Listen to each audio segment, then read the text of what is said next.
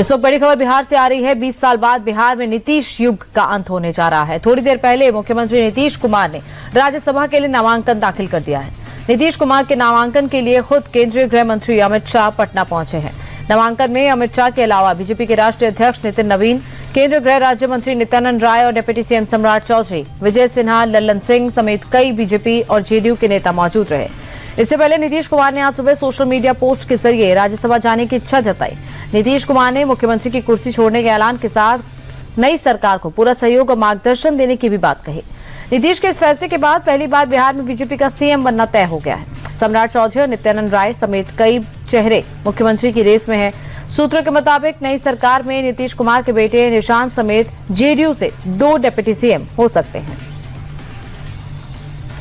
तो बिहार से इस वक्त बड़ी खबर आ रही है। नीतीश कुमार ने राज्यसभा जाने के लिए अपना नामांकन दाखिल कर दिया है और अब वो बिहार के मुख्यमंत्री नहीं रहेंगे। 10 बार उन्होंने मुख्यमंत्री के तौर पर शपथ ली है, बिहार के मुख्यमंत्री रहे हैं, लेकिन अब नीतीश कुमार को बिहार के सीएम की कुर्सी पर नहीं देखा जाएगा, क्योंकि अब वो राज्यसभा जाने की तैयारी उन्होंने कर ली है। अपने बेटे निशांत को उन्होंने राजनीति में एंट्री करवा दी है और आज से सक्रिय राजनीति में उनके बेटे भी एक्टिवेट हो गए हैं और उनके बेटे को डिप्टी सीएम बनाया जा सकता है। लेकिन नीतीश कुमार के स्टेप डाउन करने के बाद अब बिहार में पहली बार बीजेपी का सीएम बनेगा। बीजेपी का सीएम बनना तय हो गया है और नीतीश कुमार जिस तरीके से इतने लंबे वक्त तक मुख्यमंत्री रहे, बीजेपी के साथ गठबंधन उनकी पार्टी का रहा, लेकिन अब नीतीश कुमार चुनाव जीतने के कुछ महीनों बाद ही बिहार में मुख्यमंत्री पद की कुर्सी से इस्तीफा दे देंगे।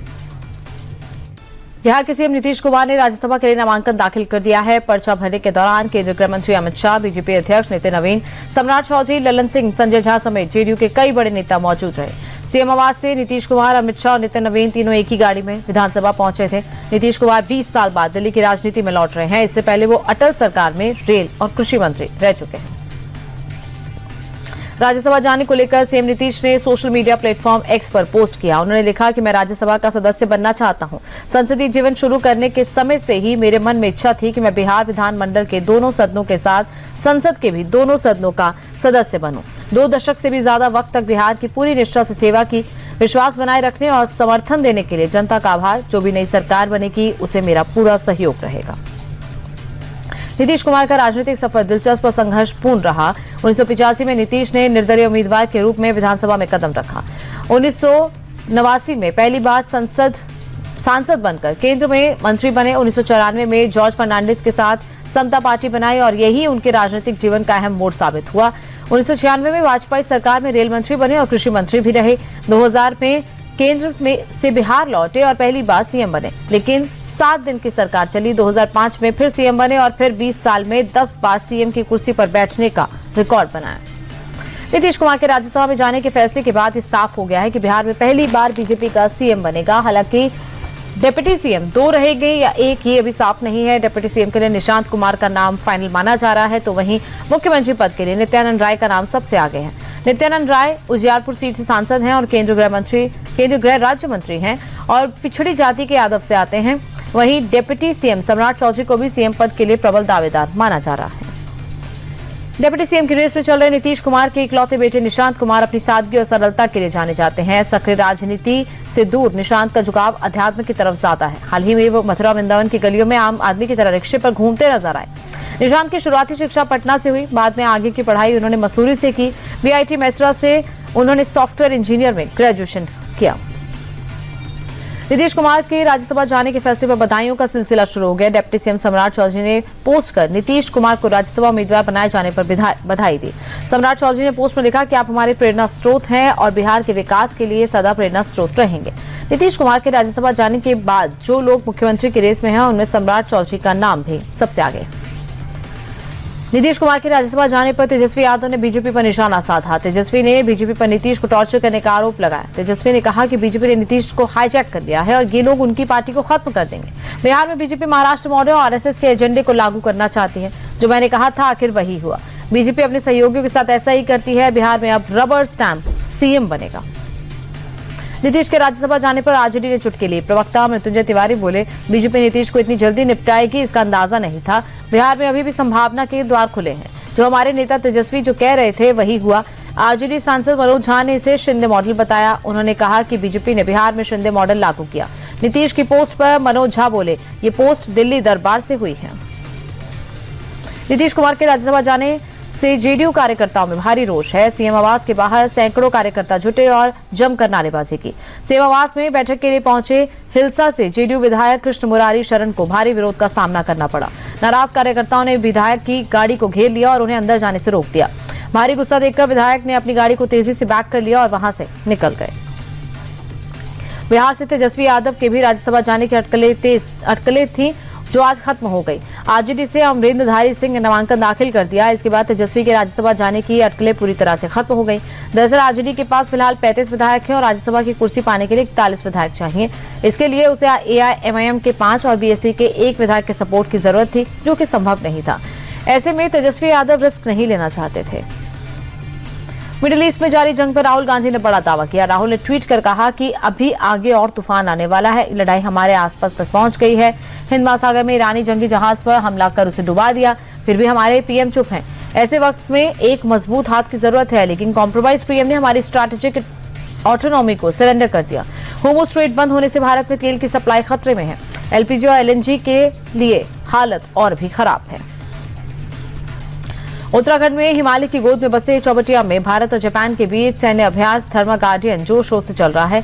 भारतीय सेना और Japan ground self defence force के बीच 7वां संयुक्त सैन्य अभ्यास है। 24 फरवरी से शुरू हुआ ये सैन्य अभ्यास 9 मार्च तक चलेगा और इस बार दोनों देशों की ओर से 120 सैनिकों का दल हिस्सा ले रहा है।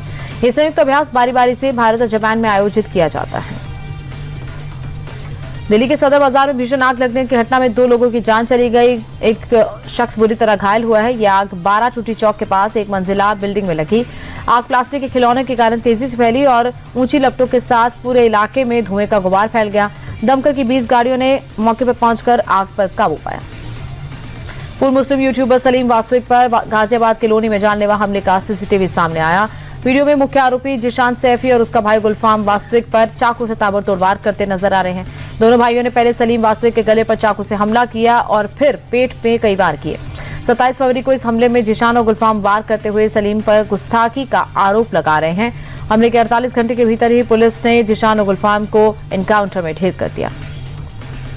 हरिद्वार के पथरी में होली के दिन 2 पक्षों में जमकर मारपीट हुई। मामूली कहासुनी से बड़े विवाद ने देखते देखते हिंसक रूप ले लिया।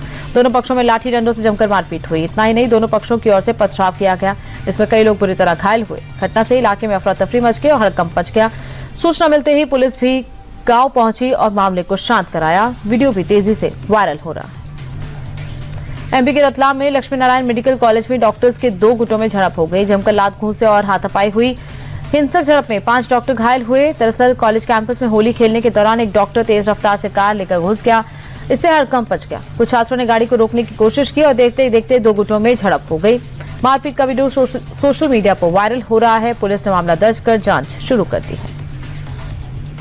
मध्य प्रदेश के जबलपुर में एक ही समाज के 2 गुटों में जबरदस्त झड़प हो गई। दोनों गुटों में जमकर मारपीट और पत्थरबाजी हुई। कुछ बदमाशों ने बीच सड़क फायरिंग की।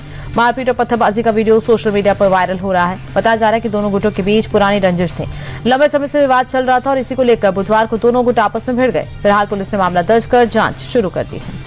यूपी के उन्नाव में पुलिस और ग्रामीण आमने सामने आ गए। दरअसल एक सिपाही ने ग्रामीण युवक को जमकर पीट दिया, जिससे गांव वाले में नाराजगी थी और इसी को लेकर ग्रामीणों ने जमकर बवाल किया। मामला सुलझाने पहुंची पुलिस की टीम पर ग्रामीणों ने हमला कर दिया। गाड़ियों पर पत्थरबाजी की। एक पुलिसकर्मी घायल हुआ। वहीं पुलिस ने बचाव में लाठीचार्ज किया। वीडियो सोशल मीडिया पर वायरल हो रहा है। T20 विश्व कप का दूसरा सेमीफाइनल भारत और इंग्लैंड के बीच आज खेला जाएगा। मुंबई के वानखेड़े में शाम 7 बजे ये मैच शुरू होगा। सुपर 8 के मुकाबले में वेस्टइंडीज को हराकर टीम इंडिया ने सेमीफाइनल में जगह बनाई। जीत के बाद भारतीय टीम आत्मविश्वास से भरपूर है। भारत का T20 विश्व कप का 6ठी बार सेमीफाइनल खेल रहा है और अब तक 3 बार टीम इंडिया खेल चुकी है T20 विश्व कप का फाइनल, जिसमें 2 बार भारतीय टीम चैंपियन बनी। T20 विश्व कप 2026 के फाइनल में पहुंची न्यूजीलैंड की टीम। सेमीफाइनल में एक तरफा जीत दर्ज करते हुए न्यूजीलैंड ने साउथ अफ्रीका का T20 विश्व कप जीतने का सपना तोड़ दिया। न्यूजीलैंड की टीम दूसरी बार T20 विश्व कप के फाइनल में पहुंची और दूसरे सेमीफाइनल में जीतने वाली टीम की फाइनल में न्यूजीलैंड से टक्कर होगी। अहमदाबाद में 8 मार्च को T20 विश्व कप का फाइनल खेला जाएगा।